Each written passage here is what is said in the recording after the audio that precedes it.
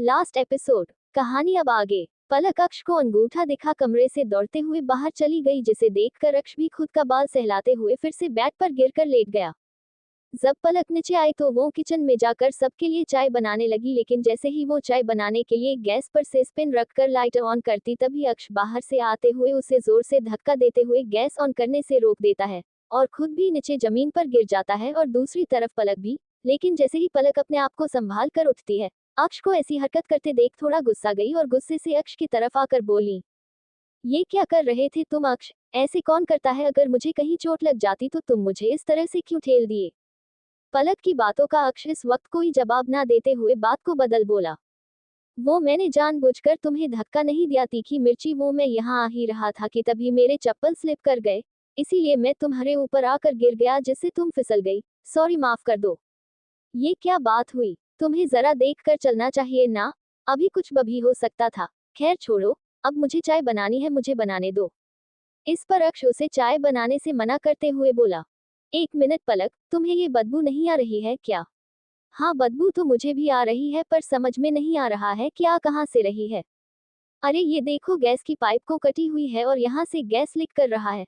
मैं आकर तुम पर गिर गया, अच्छा ही हुआ तुम बच गई। ये तो सच में कटी हुई है अक्ष, मेरा तो ध्यान ही नहीं गया। इस पर अक्ष कहता है, अच्छा तुम रुको, मैं इसे बदल देता हूँ। ये बोल अक्ष गैस की पाइप को बदल देता है। उसके बाद पलक चाय बनाने लगती है, लेकिन अक्ष मन ही मन बोलता है, मैं इस वक्त पलक को ये सारी बात नहीं बता सकता हूँ, नहीं तो वो बेकार में परेशान हो जाएगी। वैसे अगर गैस की पाइप खुद से फटी होती तो वो इस तरह एकदम नाप के नहीं फटती, लेकिन इसे देखकर ऐसा लगता है कि किसी ने जानबूझकर इसे काटा है ताकि इससे पलक को नुकसान पहुंच सके। और इस बात का मैं जल्द ही पता लूंगा कि ऐसा किया किसने है। लेकिन सोचने वाली बात तो ये है कि पलक को कौन नुकसान पहुंचना चाहता है।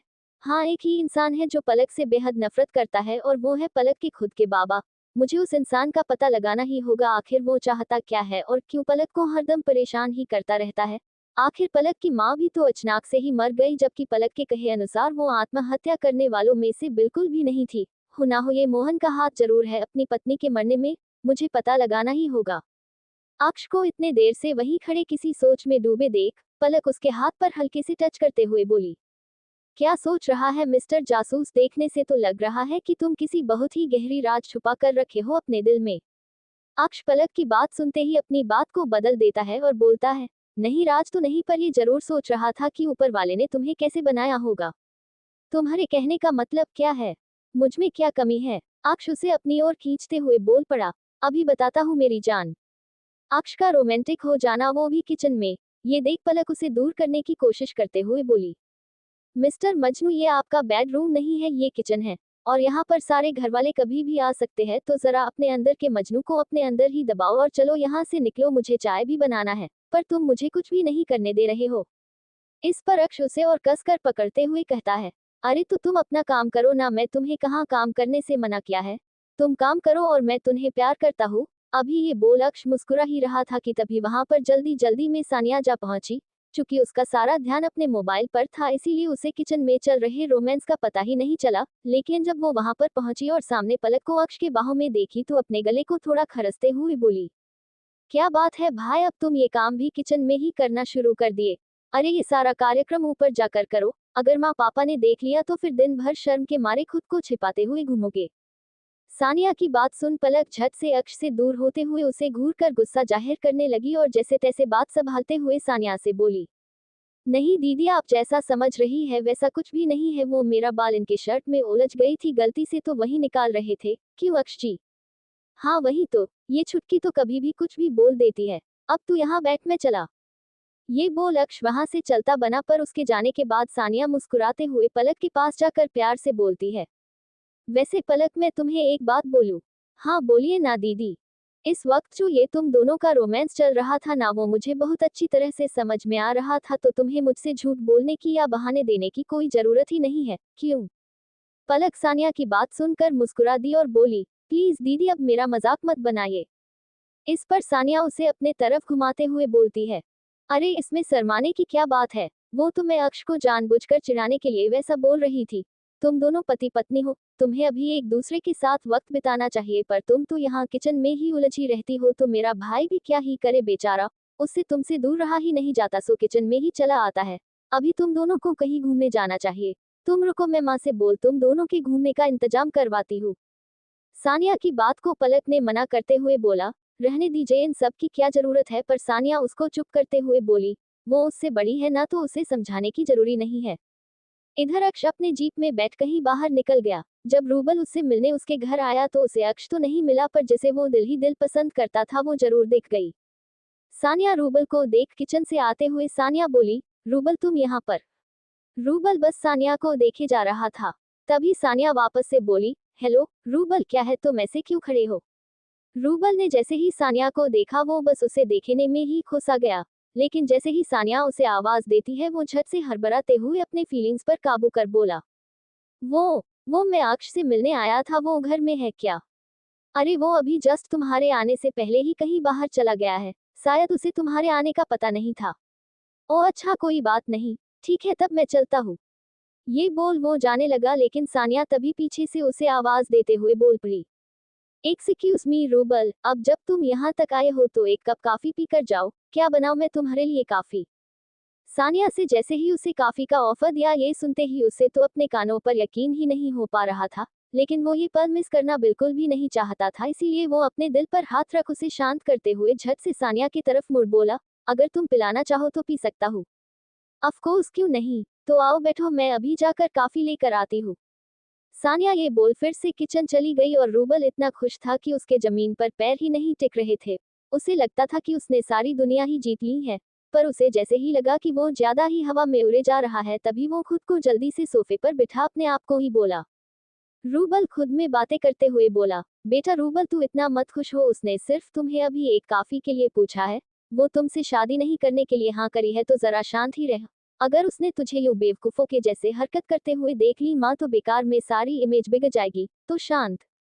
ये सब बोल अपने आप को शांत कर रहा था, तभी सानिया अंदर से हाथ में काफी का 2 कप ले आती है और एक कप रूबल की ओर बढ़ाते हुए देने लगती है। रूबल भी झट से बिना एक पल की देरी किए बिना कप लपक लेता है और बोलता है, तुम भी बैठो, वैसे काफी की सुगंध से ही पता चल रही है कि काफी कितना अच्छा बना है। रूबल की बात सुन सानिया हंस पड़ी और बोली, ये काफी मैंने नहीं बल्कि पलक नहीं बनाई है। दरअसल वो किचन में ही थी तो वो ही कॉफी बना दी, मैं तो बस लेकर आई हूँ। तुम मुझे मस्का लगाने के लिए ना ऐसा बोल रहे थे। अब तो बेचारा रूबल एकदम से हक्का बक्का रह गया। उसे कुछ बोलते ही नहीं बन रहा था कि वो सानिया से क्या ही बोले। उसे लगा उसका इंप्रेशन सानिया के सामने खराब हो गया, इसीलिए वो कुछ बोल नहीं पा रहा था। तब सानिया बोलती है, तुम्हें ऐसे मुझसे नजरें चुराने की कोई जरूरत नहीं है। वैसे मुझे बुरा नहीं लगा, अच्छा लगा, थैंक्स। ये बोल वो कॉफी का कप अपने होठों से लगाने लगती है। उसे कॉफी पीते देख रूबल बस उसके होठों को देखे जा रहा होता है और मन ही मन बोलता है, काश कि मैं ये कप होता तो शायद सानिया मुझे अपने होठों को चूमने का एक मौका तो जरूर देती। ये सब ख्याल उसके दिमाग में आए जा रहे थे, क्योंकि वो सानिया से आज से नहीं बल्कि बहुत दिनों से प्यार करता था, पर कभी भी उसकी हिम्मत नहीं हुई थी ये बात सानिया से कहने की, इसीलिए वो बस अपने दिल को खुद ही शांत करा लिया करता था। अभी वो सानिया को देख ही रहा होता है कि तभी किचन सर पलक होने हाथों में पकौड़ी और बिस्किट का प्लेट लिए बाहर आते हुए बोली, क्या दीदी आप भी रूबल को बस सूखा सूखा काफी पिला रही है, ये लीजिए, इन्हें पकौड़ी और बिस्किट भी सर्व कीजिए। ये बोल पलक वो प्लेट बीच टेबल पर रखकर खुद खड़ी हो गई। इन सब की क्या जरूरत थी भाभी, मुझे बस ये कॉफी ही पीनी थी, अब मैं चलता हूँ। ये बोल रूबल उठकर जाने की कोशिश करने लगा, तभी सानिया खड़ी हो बोल पड़ी, अब जब पलक इतने मेहनत से बना कर लाई है तो खा कर ही जाओ अगर फ्री हो तो। सानिया रोके और रूबल उसे मना कर चला जाए, ऐसा तो वो सपने में भी नहीं कर सकता था। उसके कहने पर वो रुक बात को बनाते हुए बोल पड़ा, तुम एकदम सही ही बोल रही हो, भाभी ने इतने मेहनत से ये सब मेरे लिए बनाया है और मैं बिना खाए ही जाए जा रहा हूँ। ये बात थोड़ी ना ठीक है, अब मैं ये सब खाकर ही जाऊंगा, तो क्या भाभी मैं खा लूं। रूबल को ये पूछते सुन पलक मुस्कुरा कर बोली, हाँ हाँ क्यों नहीं, ये सब आपके लिए ही तो बनाए हैं। जब रूबल खाने लगा तब पलक सानिया की तरफ देख देख कर मुस्कुरा रही थी, जिससे सानिया थोड़ा अजीब फील कर रही थी। इसीलिए वो वहां से बहना बना अपने कमरे में चली गई। उसके जाने के बाद पलक ने रूबल को खिला विदा कर सानिया के कमरे के दरवाजे पर खड़ी बोली, क्या मैं अंदर आ सकती हूँ दीदी अगर आप कहो तो। तभी सानिया बोल पड़ती है, अरे पलक तुम आओ ना, अपने मोबाइल में कोई काम करते हुए बोली। बोलो क्या काम था। दीदी आप रूबल को पसंद करती है ना। पलक के बस इतना बोलते ही सानिया के हाथों से मोबाइल नीचे जमीन और गिर गया और वो पलक की तरफ घूर कर देखने लगी जैसे कि उसने ऐसा क्या बोल दिया हो जिसे वो सबसे छुपा रही थी। वो बात पलक को पता चल गई हो। सानिया थोड़ा जुबान लड़खड़ाते हुए बोली, ये तुम क्या बोल रही हो पलक, ऐसा कुछ भी नहीं है और तुम्हारे दिमाग में ये सब बातें क्यों आई? मैं एक तलाकशुदा लड़की हूँ, ये बात तुम भी जानती ही हो। हाँ दीदी, ये बात मुझे अच्छे से पता है और मैं ये भी जानती हूँ कि वो रिश्ता किन वजह से टूटा, उनमें आपकी कोई भी गलती नहीं थी। पर हाँ, मुझे एक बात आपकी समझ में नहीं है, ऐसा कहाँ पर लिखा है कि अगर किसी लड़की का तलाक हो जाता है तो वो दोबारा से अपनी जिंदगी में खुश नहीं रह सकती या किसी से प्यार नहीं कर सकती है। मैं जानती हूँ कि आप रूबल को दिल ही दिल में पसंद करती है, आपको उसके साथ वक्त स्पेंड करना अच्छा लगता है, पर आप ये समाज और रीति रिवाजों के उलझनों के चक्कर में अपने दिल की बात को दबा रही है। सानिया झट से अपने मोबाइल को जमीन पर से उठाते हुए पलक की तरफ देखकर बोली, देखो पलक, मैं मानती हूँ कि तुम हमेशा सही बोलती हो और सही का ही साथ भी देती हो, पर प्लीज आगे से ये बात दोबारा अपने जुबा पर मत लाना। मैं नहीं चाहती हूँ कि मेरी वजह से मेरे माँ बाबा को लोगों से ताने सुनने पड़े। प्लीज मैं तुमसे रिक्वेस्ट करती हूँ। ये बोल सानिया वहां से दुखी हो लड़ चली गई, पर पलक वहीं खड़ी खुद में ही बोली, नहीं दीदी, मैं आपको आपकी सारी जिंदगी ऐसे नहीं जीने दे सकती हूँ। मुझे आपके दिल में रूबल के लिए प्यार साफ साफ दिखाई दे रहा है और मुझे ये भी अच्छे तरीके से पता है कि वो भी आपको बहुत प्यार करते हैं, पर वो भी डर की वजह से ही आज एक ये बात किसी से शेयर नहीं की है। पर मैं आप दोनों को अब मिलवा कर ही रहूंगी। मुझे यकीन है कि हमारा सारा परिवार इस बात को जरूर समझेगा और आप दोनों के प्यार को जरूर एक्सेप्ट कर लेगा, लेकिन ये बात पहले मुझे अक्ष को बतानी होगी ताकि वो अपने दोस्त से इस बारे में बात कर सके। इधर जब अक्ष मोहन के घर के बाहर पहुंचा तो अपनी जीप रोकते हुए खुद में बोला, आज तो मैं पता करके ही रहूंगा कि आखिर में ये इंसान पलक के साथ करना क्या चाहता है। सबसे पहले मुझे इस आदमी के बारे में अगल बगल वालों से पता करना होगा। ये बोल वो मोहन के घर के अगल बगल वाले आदमियों से जा पता लगाने की कोशिश करने लगा आखिर ये किस टाइप का इंसान है और पलक की माँ को साथ इसका बर्ताव कैसा था। अभी वो सब लोगों से यही बारे में बात कर ही रहा था कि तभी उसे रजनी, जो पलक के बगल वाले घर में रहा करती थी और पलक और उसके माँ की शुभचिंतक भी थी, से मुलाकात हुई। आप तो वही है ना जिसके साथ पलक बिटिया की शादी हुई है? हाँ आंटी, मैं पलक का ही पति हूँ। पर आपको ये बात कैसे पता चली? क्या आपने हमें पहले काफी साथ में देखा था क्या? नहीं नहीं बेटा, बात दरअसल ऐसी थी कि एक दिन मोहन पलक के साथ आपकी कुछ शादी वाली तस्वीरों को छुपाकर अपने घर ला रहा था कि तभी वो लड़खड़ा गए और उनके हाथों से वो तस्वीरें जमीन और गिर गई। उस समय मैं वहीं मौजूद थी, इसीलिए मैंने आपको पहचान लिया। आइए ना, आप बाहर क्यों खड़े हैं बेटा, अंदर आइए। आप रानी के दामाद हुए तो इस हिसाब से आप मेरे भी दामाद हुए, क्योंकि पलक हमारी भी बेटी की तरह ही थी। आप उसे अपने साथ नहीं लाए। अक्ष जब रजनी जी को अपनी इतनी खातिरदारी करते हुए देखा तो खुश हो गया और मन ही मन बोला, अरे उस तीखी मिर्ची ने तो बोला था कि उसे कोई प्यार नहीं करता है, पर यहाँ तो उसके काफी शुभ चिंतक भी है जो उसका भला चाहते हैं। ये सोच वो बोला, अगली बार पलक को भी जरूर लेकर आऊंगा आंटी। फिर रजनी अक्ष की बहुत अच्छी तरीके से आदर सत्कार करी और लास्ट में उसे पान देते हुए बोली, ये लीजिए बेटा पान। वैसे तो ये रस्म एक सास का होता है जब पहली बार दामाद अपने ससुराल में आता है, पर चूंकि रानी तो रही नहीं हमारे बीच तो ये रस्म उसकी ओर से मैं ही कर रही हूँ ताकि वो जहाँ भी हो खुश हो सके। अक्ष वो पान का टुकड़ा लेते हुए जरा घुमाकर बोला, आंटी क्या रानी माँ बहुत अच्छी थी। मैं तो उनसे कभी मिल भी नहीं पाया, बस पलक के मुंह से यही उनके बारे में कभी कभी सुना है। अच्छी, अरे वो तो बहुत ही ज्यादा अच्छी थी, पर भगवान ने उसे ना जाने किस जन्म का बदला लेने मोहन जैसे आदमों के साथ इन रिश्तों में बांध दिए। अक्ष तुरंत बोल पड़ा, मतलब आप क्या कहना चाहती है? यही कि जिस दिन से वो बेचारी इस घर में आई तब से मोहन उसके साथ कभी भी इंसानों वाला बर्ताव नहीं किया और जब वो पेट से भी हुई तो उसके जरा सा भी ध्यान रखना तो दूर उल्टा उसे मारता पीटता रहता था, और जब पलक हुई तो वो उसके लिए भी पता नहीं क्यों रानी को ही कोसता था कि उसने मनहूस को जन्म दिया है। हर बात उसे यही बोलता है कि वो भी मनहूस है और उसकी बेटी भी मनहूस ही है, पर बेचारी जैसे तैसे सब दुख सहकर पलक को पढ़ा लिखा कर एक अच्छी और समझदार लड़की बनाया। पर ना जाने उस रात ऐसा क्या हुआ जो उसने आत्महत्या कर ली, इस बात और मुझे आज तक यकीन नहीं हो पा रहा है। अक्ष बड़ी ही अचरजता से पूछा, क्या हुआ था उस रात, आपको कुछ भी पता है क्या? उतने अच्छे से तो मुझे भी पता नहीं है, पर हाँ, जब सभी गांव वाले पलक के किडनैप होने के बाद आपस में बातें कर रहे थे तो उसी बीच में मोहन रानी को कमरे में लेकर गया था और कुछ वक्त के बाद वो पीछे वाली दरवाजे से बाहर आ सभी के बीच में शामिल हो गया और पलक को ढूंढने के लिए सोचने लगा। लेकिन तभी एक गांव वाले ने दौड़ते हुए हम सबके बीच आया और हमें बताया कि उसने रानी को कमरे में पंखे से लटके हुए देखा है। हम सब ने जैसे ही ये बात सुनी कमरे की तरफ दौड़ पड़े, पर तब मोहन अचानक से बेहोश हो गया। ये सब इतनी जल्दी जल्दी हो गया कि किसी को कुछ समझ में ही नहीं आया। बस तभी से सभी ने यही माना कि रानी ने खुद सुसाइड कर ली। इसीलिए मैंने भी ये बात अपने मन में ही रहने दी, किसी से नहीं कही। इसका मतलब ये है कि रानी माँ के मौत के बारे में किसी को कुछ भी सही से नहीं पता है, बस सभी अंदाजे में ही बोल रहे हैं कि उसने आत्महत्या कर ली। ये सब बातें सिर्फ एक अफवाह है।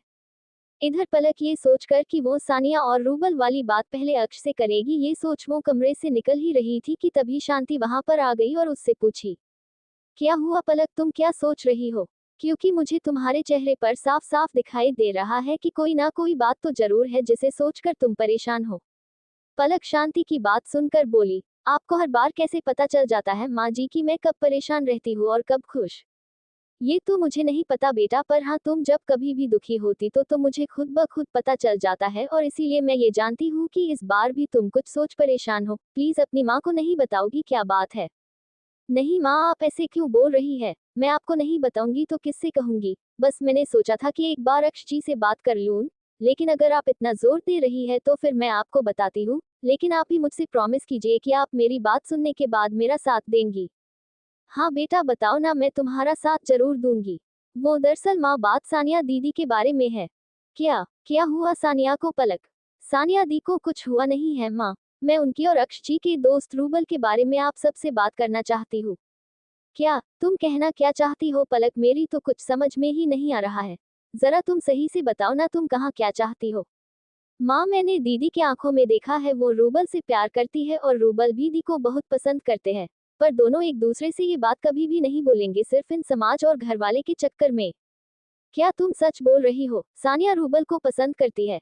अरे ये बात तो मुझे पता ही नहीं थी, वरना मैं कब का घर वालों से इस बारे में बात कर लेती और वो लोग भी कभी भी इस रिश्ते को मना नहीं करते।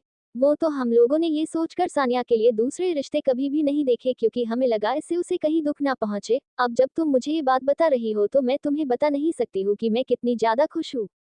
सच माँ, आपको इस रिश्ते से कोई दिक्कत नहीं है? अरे मुझे दिक्कत भला क्यों होगी? अगर मेरी बेटी का दोबारा घर बस जाएगा तो ये तो बहुत खुशी की बात है। तू चल मेरे साथ, मैं पूरे घर वाले से इस बारे में अभी बात करती हूँ। ये बोल वो पलक का हाथ पकड़ अपने साथ लेकर चली गई। जब अक्ष गुस्से में जीप को अपने घर के सामने रोका और मोहन के कॉलर को पकड़ उसे घसीटता हुआ घर के मेन दरवाजे से एंट्री मारा, तो सभी परिवार वाले जो इस वक्त सानिया और रूबल के रिश्ते वाली बात सुन खुशियां मना रहे थे, एक तक देखते ही रह गए।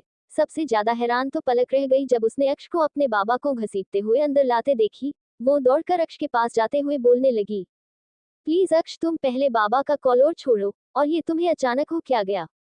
तुम बाबा को इस तरह से क्यों घसीटते हुए ला रहे हो? छोड़ो उन्हें। पलक के कहने पर उसने मोहन को जोर से खींचते हुए जमीन पर गिरा दिया और बोला, लो छोड़ दिया इस घटिया इंसान को। अक्ष को इतने बदतमीजी के साथ मोहन के साथ पेश आते हुए देख शांति जोर से बोल पड़ती है, अक्ष तू क्या अपने संस्कार और बड़ों के साथ पेश आने का सारी तरीके भूल गया है? तू मोहन जी के साथ इस तरह की हरकत कैसे कर सकता है? वो तुम्हारे बाबा की तरह है। इसी बात का तो अफसोस है माँ मुझे कि ये घटिया आदमी मेरा बाबा है। यशोदा जी अक्ष की बात सुन गुस्से से बोली, रॉकस्टार खबरदार, जो तुम फिर से ये बात बोला। शांति ने कही कि वो तुम्हारे बाबा सामान है, इसका मतलब ये नहीं कि वो तुम्हारे बाबा है। अक्ष एकदम से राते हुए बोला, नहीं नानी, मैं सही बोल रहा हूँ, वो इंसान पलक का नहीं बल्कि असलियत में मेरे बाबा है। आज जब मैं पलक की माँ यानी कि रानी माँ की कातिल के बारे में पता लगाने उसके गांव गया था, तब मेरी मुलाकात उनके घर के एक पड़ोसी रजनी आंटी से हुई। उन्होंने मुझे उनके घर के बारे में बहुत कुछ ऐसा बताया जिससे मुझे इतना तो यकीन हो ही गया था कि रानी माँ खुद तो नहीं मरी है, बल्कि किसी ने उसका मर्डर कर उसे आत्महत्या दिखाने की कोशिश की है। इसीलिए मैं पलक के घर फिर से एक बार छानबीन करने चला गया ताकि मुझे वहां से कुछ ऐसा मिल सके जिससे ये जानने में मदद ही सके कि आखिर रानी माँ का हत्यारा कौन है। तभी पलक पूछी, तो अक्ष, क्या तुम मेरे घर गए थे? क्या हुआ? कुछ मिला तुम्हें? प्लीज बोलो ना अक्ष। हाँ, जब मैं वहां पहुंचा तो मुझे ढूंढते ढूंढते एक अलमारी के ऊपर कोने में रखे कैमरा दिखा जिस पर धूल जमी हुई थी। वो देखकर ऐसा लगा जैसे वो बेकार है और इसीलिए वहां पर पड़ी हुई है। उसे मैंने ये सोच इग्नोर कर दिया कि वो खराब है, लेकिन फिर मेरा मन नहीं माना और मैंने उसे किसी तरह उतार उसके ऊपर लगी धूल को अपने रुमाल से पोंछ साफ किया और उसे अपने हाथ में ले इधर से उधर पलटा पलटा देखने लगा। तभी अचानक से मेरे हाथों उस कैमरे का बटन ऑन हो गया और उसमें हुई सारी रिकॉर्डिंग चलने लगी। उस रिकॉर्डिंग को देखने के बाद मेरे पैरों तले जमीन ही खिसक गई। क्यों अक्ष, ऐसा क्या था उस कैमरे में जिसे देख तुम इतने परेशान और दुखी हो गए? और जिसे देखने के बाद तुम मोहन को अपने बाबा बोलने लग गए। माँ, उस रिकॉर्डिंग में ये इंसान खुद शीशे में देख देख बोल रहा था कि किस तरह इसने हॉस्पिटल में जब हम दोनों को जन्म हुआ ही था तो आप और रानी माँ नशे की वजह से बेहोश थी, इसी वजह से इसने मुझे और पलक को आपस में बदल दिया। मैं आपका अलसी बेटा नहीं हूँ माँ, बल्कि पलक है आपकी अपनी बेटी। मैं तो रानी माँ के कोख से जन्म लिया था और ये कमीना इंसान मेरा बाप है। यही नहीं, इस इंसान ने मेरी अपनी माँ को खुद अपने हाथों से मार उसे रस्सी के पंखे में टांग दिया। पलक अक्ष की बात सुन एकदम से टूट सी गई और बेसुध होकर जमीन पर गिर गई। उसे तो यकीन ही नहीं हो पा रहा था कि वो रानी की अपनी बेटी नहीं है और उसकी माँ को खुद उसके बाबा ने ही मारा है। अक्ष पलक को जमीन पर गिरते हुए देख दौड़कर उसके पास जाते हुए उसे संभालते हुए बोला, प्लीज पलक, तुम खुद को संभालो। मैं जानता हूँ कि इस वक्त तुम पर क्या बीत रही होगी, पर यह बात सुनकर मुझे भी उतना बड़ा ही झटका लगा जितना कि इस वक्त तुम्हें लगा है। पर दुख तो मुझे इस बात का हो रहा है कि इस आदमी की वजह से मैं अपनी माँ से कभी मिल भी नहीं पाया, और जब मुझे इस बात का पता भी चला तो इस आदमी ने मेरी माँ को पहले ही मार दिया। पर तभी पलक झट से उठकर दौड़ती हुई मोहन के पास जा उसके कॉलर को अपने दोनों हाथों से पकड़ जोर जोर बोलने लगी, तूने मेरे साथ ऐसा क्यों किया? मैंने तुम्हारा क्या बिगड़ा था? शुरू से ही तुमने मुझे मनहूस बोल बोल मेरा जीना हराम कर रखा था, पर फिर भी मैं ये सोचकर चुप रही कि चलो कम से कम मेरी माँ तो है जो मुझे इतना प्यार करती है। पर तुमने मेरी माँ को भी मार दिया। बोलो क्यों किया तुमने ऐसा, बोलो।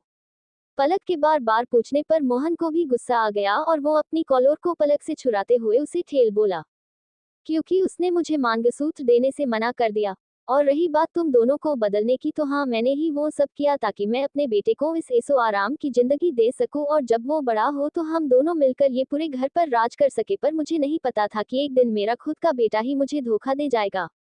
मुझे अपने किए पर कोई अफसोस नहीं है। अरे तुम धनवान के पास इतने दौलत होते हुए भी तुम हमें पगार के रूप में चंद सिक्के दे देते हो और तुम्हें लगता है उससे हमारी जिंदगी एकदम ऐसो आराम से कट जाएगी, इसीलिए मैंने ये सब किया ऐसो आराम पाने के लिए।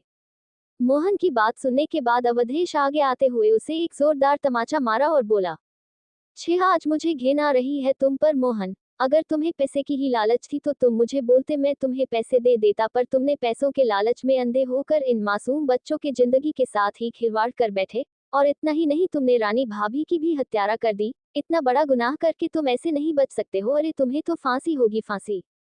तभी पीछे से पुलिस बोल पड़ा, और इसकी जिम्मेदारी हम लेते हैं कि इस मुजरिम को कड़ी से कड़ी सजा मिले। पुलिस को देखते ही मोहन एकदम से घबरा गया और भागने की कोशिश करने लगा, लेकिन पुलिस ने उसे घेर कर पकड़ लिया। तभी अक्ष बोला, तुम्हें क्या लगा तुम मेरे बाबा हो तो मैं तुम जैसे दरिंदे को यूं ही खुला दूंगा? नहीं, मैंने ही पुलिस को यहाँ पर बुलाया है।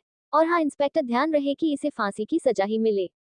मैं पूरी कोशिश करूंगा। ये बोल पुलिस मोहन को पकड़ लेकर जाने लगा। बेचारा मोहन चीखता रहा, चिल्लाता रहा, बचा लो, पर किसी ने उसकी एक भी नहीं सुनी और पुलिस उसे लेकर चला गया।